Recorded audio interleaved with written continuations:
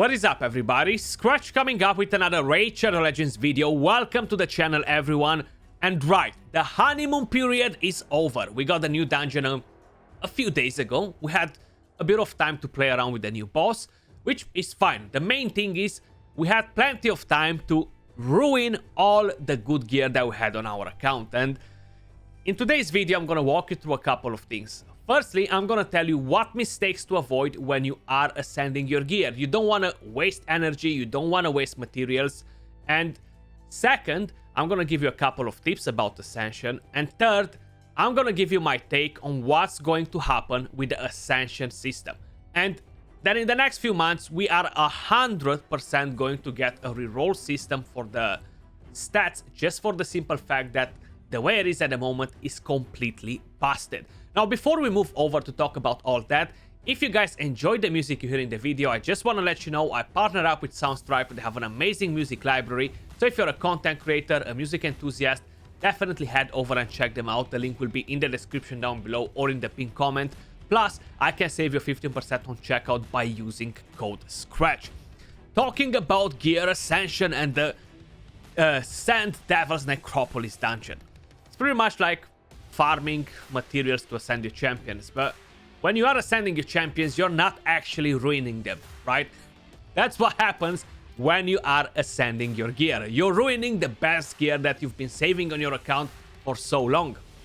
Now, one thing to keep in mind is that probably the first thing that everyone did, either go and farm some of the dungeon, either you made use of the materials that Platinum gave us for free, you picked the best gear that you had on account and ruined it. That's it, game over. So I'm gonna start with this first. Right here I have flat HP on my crit damage gloves. Right here I have flat HP on my attack boots. And I gotta say it, guys, I haven't rolled every single attack chest piece that I have. At least not the ones that are a bit more average. The best ones I rolled them, and I gotta say it, every single one of them, almost every single one of them, rolled me damn accuracy. I don't know how it happened, but it was back to back to back to back accuracy. Now there's so many different substats that you can get. HP percentage, attack percentage, defense percentage, accuracy or resistance, but somehow I got mainly accuracy on them. Now when we are talking about ascending gear and what mistakes you want to do, and I'm gonna walk you through the entire thing, like what do I think about Ascension, how it's going to change, and why it will change. Basically, I have this attack chest piece right here. It's not ascended. I don't have enough materials at the moment, but let's just say I would ascend this chest piece and it would roll me anything else but the attack percentage. Now, everything else but the attack percentage or the flat attack actually will be a bad stat on this chest piece. This is a chest piece that I want to have on my DPS champions, on my nukers. So I'm not gonna be stupid and go and max a flat HP chest piece that's paying attack. Okay, because that's gonna be a massive waste of resources. It's very costly to level up one piece like this, and it's just not worth it. The return is absolutely zero. If this would be attack percentage or flat attack, I would probably level up this piece, you know. If it gives me anything else but that, this is never going to get leveled up in the way it is at the moment. That's why Platinum is going to change this. So just think about it in the next way. We have, let's just say, everybody has around 100 pieces of gear that are amazing on our accounts. And I'm just giving ideas. Some people might have less, some people might have more. I'm just kind of like giving an approximation. I'm playing it for 3 years, and I have a small handful of crit damage gloves, a small handful of attack chest piece and boots that are amazing. You want to start with the bottom pieces anyway, because that's what gives you the best return. You know, you're gonna get a percentage. You have a chance to get a percentage. So you're gonna roll this, and if they're gonna give you bad rolls on them, you're not gonna go and max them out. This is the number one mistake you want to avoid. Don't max them out if they're not giving you the right thing, at least not at the moment. This not only will force Platinum in a way to change their perspective on the rerolling system, because we do need one, but it will make them realize that, well, wait, people just farmed this boss 1,000 times, they destroyed all the gear on their accounts, and they're not farming it again. What's happening? We gotta change this. Something that we've done is wrong.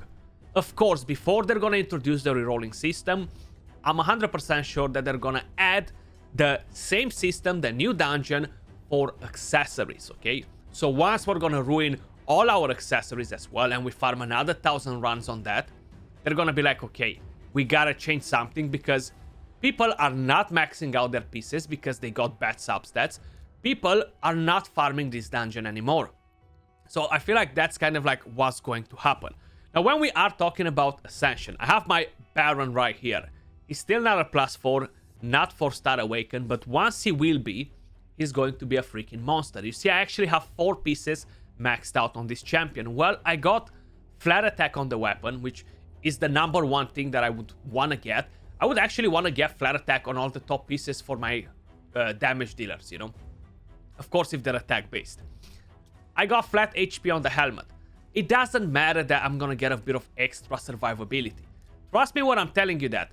That 1224 HP is the equal of 0. Especially on champions that are hard to keep alive. So you maxing out a piece like this is called a bad investment. Of course, if you are trying to tank up your Duchess, if you're trying to tank somebody up, yeah, I would justify it. Go and do it. But even then, 1,000 HP is not that crazy. It's not really worth it, the 600 to 1,000 or 1,000 plus energy to get one piece done. I'm just giving you rough, approximate numbers. It might be less, it might be more. Depends on the RNG, but just as an idea. The shield gave me flat attack. Now, I don't have crit damage on this. I'm definitely going to change him as soon as I get a 4-star on him, or I'm going to get to awaken him. That's going to make a massive difference. I got lucky enough to get one amazing piece of gear. My crit damage gloves. Now, I have no other ones that they rolled me as good. Only another 5-star one. But this rolled me extra crit damage. So this is huge, right? It already got me up to 100% crit damage. Of course, I'm going to max this piece out because it's a no-brainer. Then I got attack on the chest piece again. Huge substats on it. So was a big win for me. It gave me more attack. But then my attack boots got ruined again with flat HP. So it's pretty hard for me to justify and leveling this up for 2,000 extra HP on a 37k HP champion. The 2,000 HP is not gonna do pretty much any difference. It's just not worth the investment, and will be the same case for defense, will be the same case for accuracy, resistance. You just don't want to get them on champions like this. Hell, I wouldn't even want to get speed on these boots, okay? Because I want to keep my champions to a specific amount of speed. And this Baron does look freaking disgusting. I am sitting in front of the total stats. Apologies. But if you guys want to see the total stats, it's actually disgusting. Once I'm going to get to empower him to +4 and awaken him to +4, and I'm going to get to reduce the crit rate and everything that I need, I can get him to like 9.3k attack and approximately 360 crit damage. So that is just disgusting with the stats that we're having now. But you gotta get lucky. So you've seen one good, but the rest are actually not good at all. And I'm just trying to think on what champions I actually used more ascending. You see, I've got a 5-star gloves, which I'm using. I got lucky to get 14% crit damage. That's the maximum on a 5-star. But again, my attack chest piece got ruined. My attack boots got ruined. Even though it is flat HP, is now really going to benefit this champion. That is something that benefits Rotos as an idea. So I made quite a few champions like this. My Cupidus, defense, accuracy, flat defense, ruined, right? And this goes on and on and on most of the champions that I actually tried to do like this. The easiest thing that I would probably tell you that you're gonna be able to do. The majority of people want to get the speed on the boots, right? So you want to get speed boots with speed.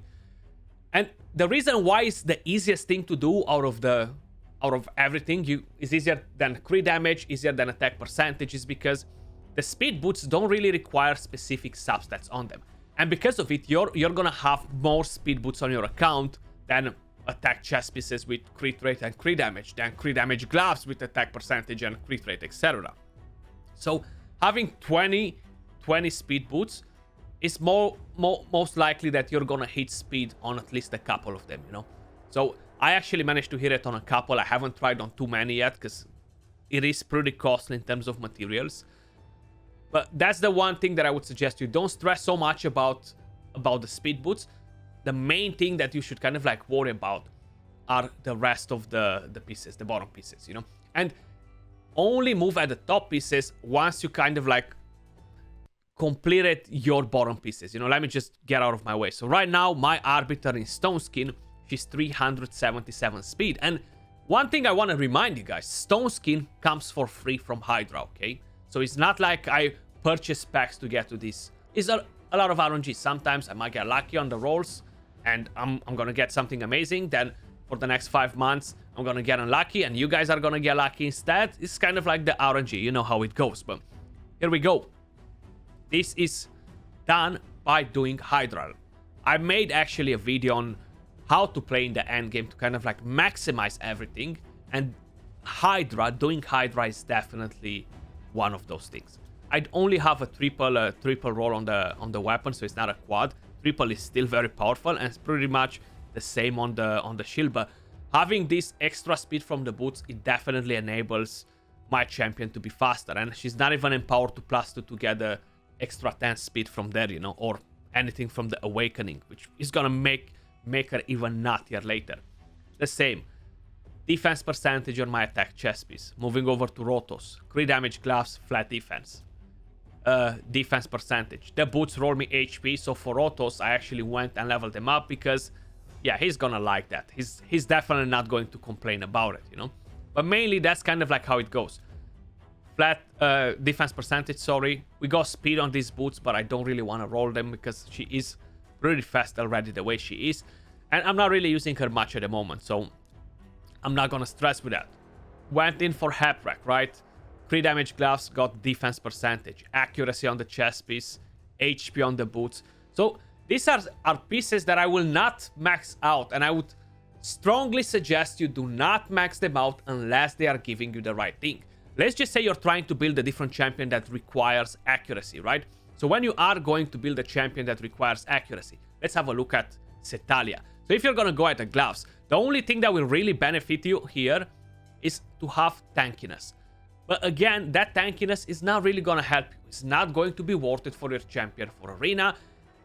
It will be a bit worth it for different content. Like, if you are trying to prioritize your clan boss team as the very first thing, then yeah, having the extra stats, they might be helpful. If it's an unkillable team, the only stats that really matter there are the damage stats. So again, it kind of like takes you back to my first advice. Max only if you're getting the damage substats. So from here, I wouldn't max out nothing on this glove. Okay, I wouldn't probably even bother to do my glove for Setalia.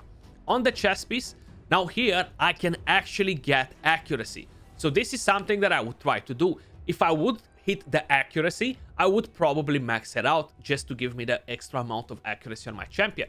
On the boots, again, I'm not trying to make this champion fast, but just generally, if I would get speed on the boots, I would be happy with that. And on the top pieces, I wouldn't bother to ascend them at all. Not at the moment.